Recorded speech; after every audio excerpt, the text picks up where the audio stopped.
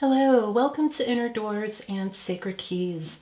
My name is Michelle, and I am so grateful that you have joined me today. This message is a general message for the collective. I was guided to share with you the message of the Major Arcana in regards to the tumultuous times that we find ourselves living in. The theme of safety has been coming up very recently over the past couple of days. I've noticed friends on my Facebook page inquiring about, is safety a privilege? And of course, just watching the news, and which I don't know if I necessarily recommend, but however, we do need to know what's going on in our world, but we still need to be discerning. So with that inquiry, I asked Source to please deliver a message using the Major Arcana to help us navigate through this very dense and confusing energy. So I drew 3 cards. I must mention, Mercury retrograde is active right now, and this is my 3rd attempt of recording this video. The first time when I had shuffled and spread these cards out, I had forgotten to turn on my mic. So I'm really happy that I caught that faux pas before I went any further in the reading, because I do want to clarify what the message is telling us with these 3 Major Arcana cards. So the first key that was drawn was the Lovers. The Lovers traditionally within the Tarot deck speaks of choices, of a choice needing to be made. It's also speaking of discernment, because often when we need to make choices, we have to decide and be critical of what those choices are to determine what is the best path to go. So given what this message is telling us, we're being asked to think very clearly about the choices that are ahead of us. We have the receptive energy of the feminine figure, and we have the projective energy of the masculine figure, being blessed as well as being observed by the Archangel Raphael. Archangel Raphael is the guardian of the East, which is depicted by the sun behind this particular figure. The sun speaks of mercurial energy, which speaks of our mental processes, which is why this key speaks of the need to be mentally discerning when making our choices. In Kabbalah, the Lover's Key is attributed to the Hebrew character Zayin, which means sword.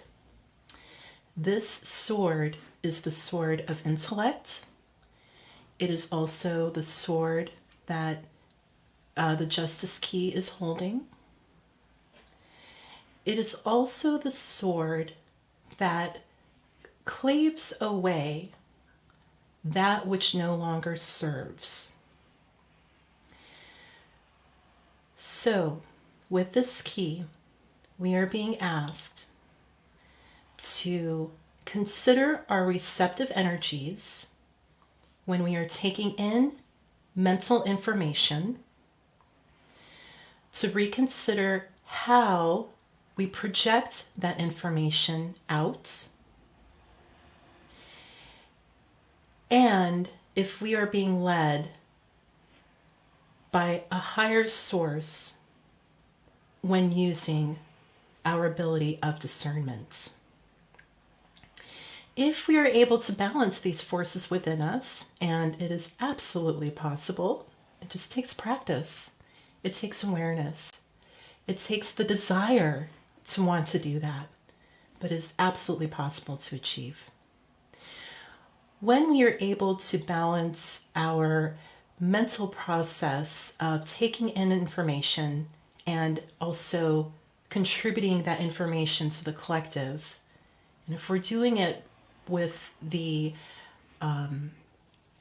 guidance of our higher self, then we will find ourselves in alignment with the world. Key 21. Key 21 speaks of both completing a cycle as well as beginning a new cycle. Also, we can see the 4 figures in the corner of this key. We see the face of a human, or the profile of a human. This represents Aquarius energy. We see the eagle, which represents the Scorpio energy. We see Leo, which represents, the lion. We see it, which represents the Leo energy, of course. And then also we have the bull, which represents Taurus energy. So we have air, water, fire, and earth. These are the fixed signs of the zodiac, and they speak of the fixed universal laws that are the pinnacles, the bedrock of how we experience reality. Universal laws are just that. They are unmovable. They are laws that we all adhere to, all of life, all of existence. And it's what keeps our universe from moving through chaos into order, back into chaos into order. It is a cyclic action. This is what life is. When we are able to use our power of discernment, when aligned with our higher self, we are able to partake in the eternal dance of life, which in turn creates the reality of our world. Our thoughts, our beliefs, our speech absolutely creates not just our own individual reality, but our collective reality as well. When we find ourselves in alignments, again, with our inner duality, when it's been balanced, when we can partake in the dance of life, we are gifted with the abundant love and illumination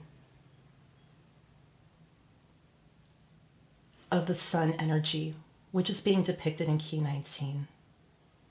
We again become newborn. We become children. We're able to experience life in the awness of innocence.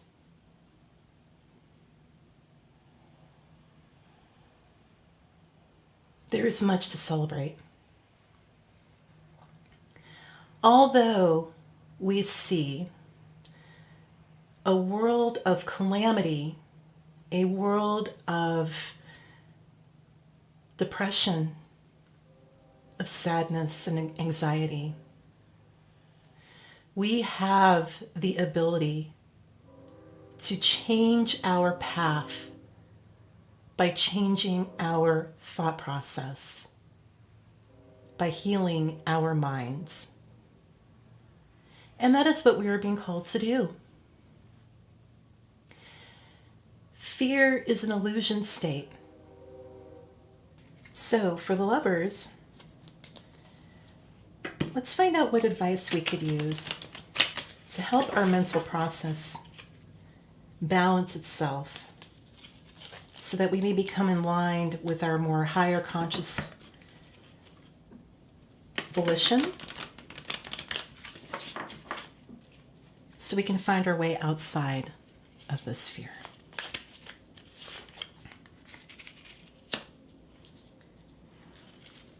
Finding contentment within. Notice today when you're telling yourself, I'll be happy when, or I can't be happy because. We usually blame our feelings on our circumstances, our health, our income, how other people treat us. But people find ways to be content in the worst conditions and miserable in the best. True contentment lies in opening to your life just as it is. It can start right now, exactly where you are.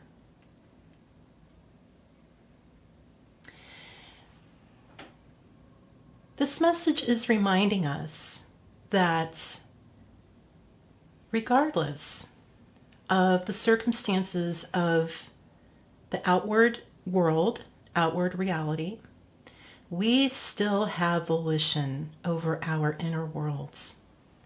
And we can make a decision to claim ourselves once again, to start where we are, because where we are is where we're meant to be,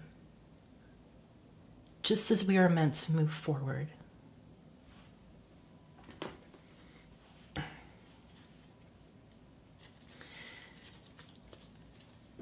From the deck that is entitled Act, what is the best action we can take to help us be in true alignment with universal laws, to help us live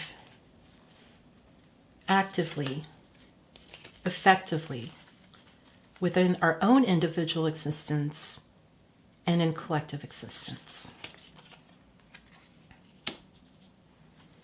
An uplifting relationship. Nothing has a bigger impact on our well-being than our connection to others. Think of someone you know who brings out the best in you and who obviously values you. Contact this person today and arrange a time to get together. If they live close by, or to speak by phone if they're far away. This message is reminding us that we do not live within a bubble. Although we seem to be trapped in our own information bubbles, it's an illusion. And we are being asked to break free from that illusion, to reach out once again to those who we value, to those that we know value us. This is how we actually heal our world. We needn't argue about viewpoints or try to convince one another of our beliefs, anything like that. That isn't necessary. Often all that we need to do is just sit next to one another or do a Zoom call and just talk, smile at one another. Those things are so important. And we have been through enormous challenges over this past year to even get the basic social contact. Do yourself the favor. Do your loved ones the favor. Reach out. Love is meant to be shared.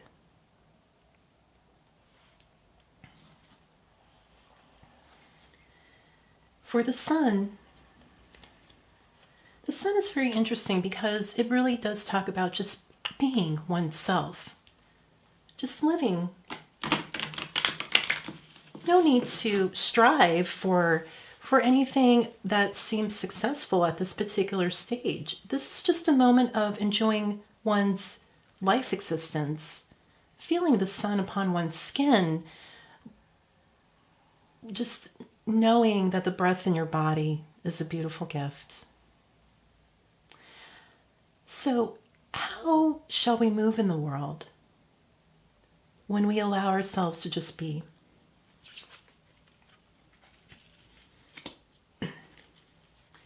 Waves of breath.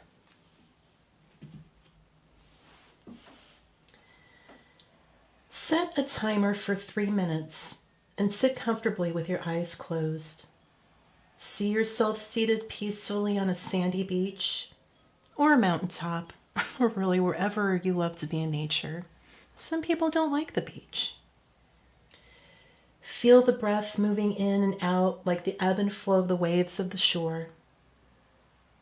Treat each thought that appears in your mind like a bird that walks into view.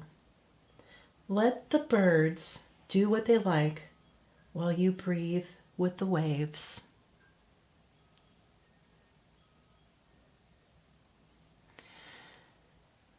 Life is a very complicated tapestry that has our full attention.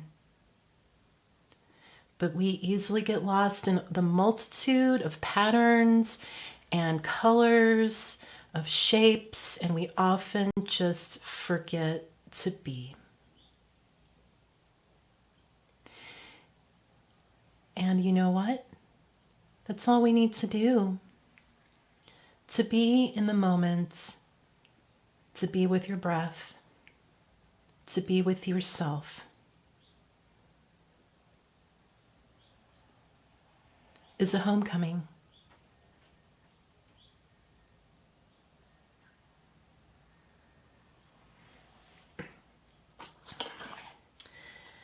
Lastly, I would like to pull a card from our Sacred Mother.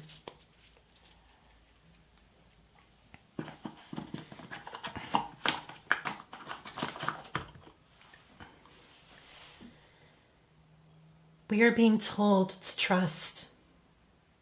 Let your faith in me be stronger than your fear and doubt, and all obstacles shall fall away. There are no limits to my power, so why should there be limits to your faith? I'm going to read that again. Trust. Let your faith in me be stronger than your fear and doubts, and all obstacles shall fall away. There are no limits to my power, so why should there be limits to your faith?